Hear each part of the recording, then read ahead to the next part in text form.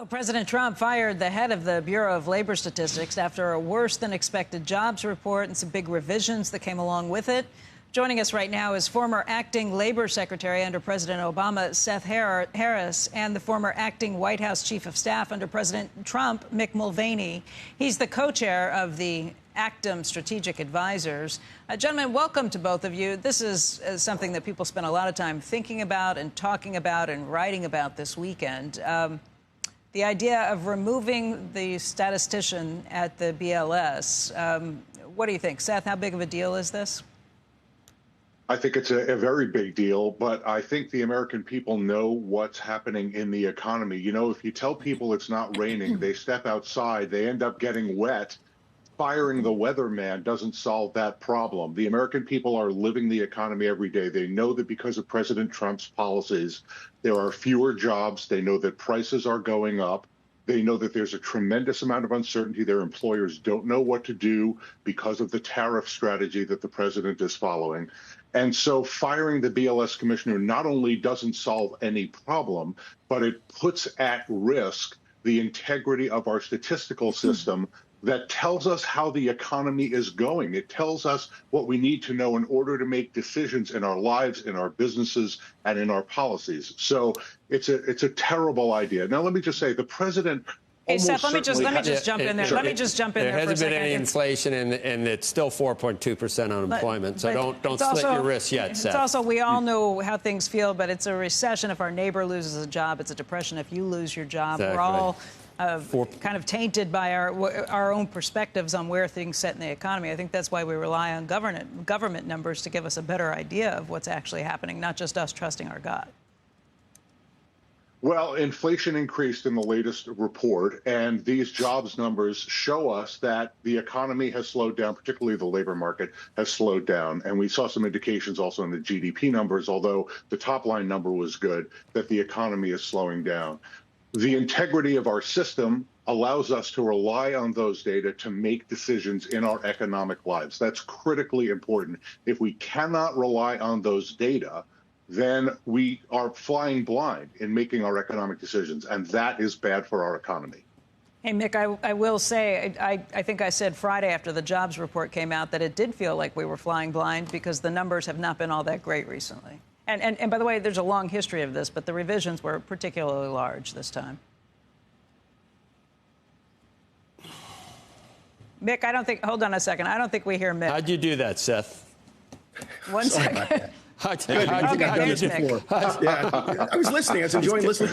Look, got some kind of button. If I can agree with one thing Seth said, if you can't rely on the data, you are flying blind.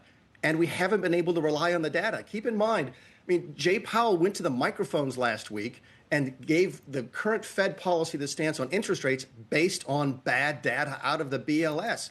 How many people lost how much money last week because the data was bad? We are flying blind. People ask me all weekend, oh, Mick, will we be able to trust the data going forward now that the Trump person is going to be in there? And my question is, look, this was the largest downward revision of the job numbers outside of COVID since 1979.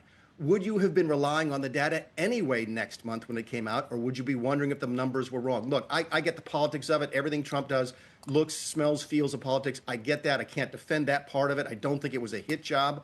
But the numbers were wrong, and there has to be accountability for that. You can't blame the president for trying to get somebody in there to deliver better data. But will this fix it? I mean, we've talked for a long time about how the numbers have been wrong. How we had Loretta Mester on earlier this morning talking about how the numbers have been much wronger since COVID, in part because of changes the way we gather things, in part because of changes in the economy, in part because businesses just aren't responding to the surveys that are sent out. Maybe there are some bigger changes and more drastic changes that need to take place here. And maybe it's not just the person who's at the head of BLS who's responsible necessarily. A couple quick responses. Number one, if the person responsible BLS would be making that case, then we would be having that discussion. I don't remember that discussion. You've got the circumstance now where you just can't rely on the numbers as they are. Somebody has to be accountable, Becky, at the end of the day. I get it. It looks political. I don't like that part of it. But somebody has to be held responsible for the fact that information is wrong. This is simply too important to have these size of revisions this consistently.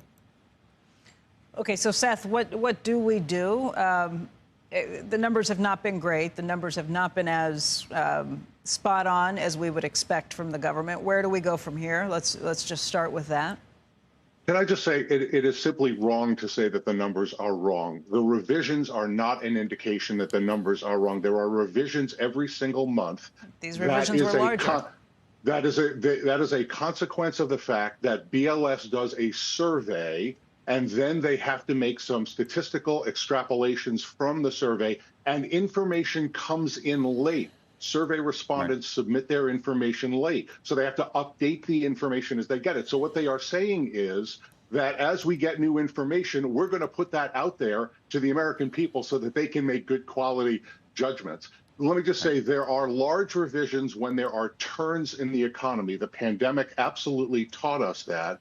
And there has been a turn in the economy over the course of the last 6 months. There's simply no question about that. What we know is that the revisions are roughly 1/10 of 1% of the total workforce in the United States. If we all got everything 99.9% correct, we would have a better world. Okay, I want to go to Mick for a second, and then maybe Seth on the same question. It's the same question I asked Lodermester, but with one twist. If you were in charge of the BLS and you wanted to improve these numbers, and what I mean improve them, improve the quality of them and maybe the timeliness of them, Mick, meaning changing perhaps the processes around collecting data so that it actually comes in quicker within the month so you're not getting into this whole revision situation at the degree and level that it's been, maybe looking at some of the models. What would you do? How would you do it? And then most importantly, to the extent that you need to hire a new person to do it that has credibility politically in an apolitical way, who would you hire? Boy, that last question is really good. Most people I know are political, but there are people that folks on both sides of the aisle respect. I'd be curious to see who Trump puts in there. No one sort of jumps out at my mind. No one who would actually take the job. Obviously, some of the names that Trump has floated for, say, the Federal Reserve chair position down the road would be great at it, but they're never going to take the BLS gig. You get somebody that's just that both sides recognize and trust, and I get that. But look, until we fix the system, again, let me try to find some place to agree with Seth that the numbers will continue to have a lot of noise in the data. My understanding is the BLS is still accepting, sending out and receiving information by facsimile. And that maybe even by mail, and that does. We all know it does a lousy job of dealing with the creation of new businesses and the closure of others. But to say that, oh my goodness, we're having such a dramatic swing in the economy right now, the numbers are going to be bad like it was during COVID. Seth, that's just not right. I mean, we had bigger swings in 2008, we had bigger swings in 2001, and we didn't have these types of revisions. Look, you go from 100,000 to 90,000 or 110,000. We all get it. That's why revisions are typically not news. This is 250,000 jobs over 2 months. Something has to change. I mean, sometimes you can't fire the whole team. You have to fire the coach, and that's what Trump did here. Seth, who would you pick? You know what? I picked somebody who looks exactly like Dr. Erica McIntyre, the BLS commissioner who was just fired. She was a career government statistical agency expert. She had worked at Census. She had worked at the Treasury Department. She was not a political person at all. When she was confirmed by the United States Senate, she was confirmed on a bipartisan basis, including with votes from Marco Rubio and J.D. Vance. That's exactly the kind of person we want, a non-political statistical expert. How about, I mean, one of the things that people have suggested over the weekend is actually that he hires a Democrat, somebody who's actually clearly known to be that, in part to actually gain back whatever credibility you think might have been lost in the process. And I wonder whether you think that's even possible, or whether he's going to hire somebody who, works on Fox. Honestly, that's my line. That's his line. You just stole that. It was a joke. Line. It was a joke. But it wasn't. But it's true. No, it was a joke. Joe looking for work? Is Joe looking for a side hustle? I want to go to the Southern District or something and throw some people in jail. But I'm not a lawyer. Can I? Look, is it possible? Sure. I think the woman who's running labor right now used to be a Democrat. Certainly it's within the realm of possibility.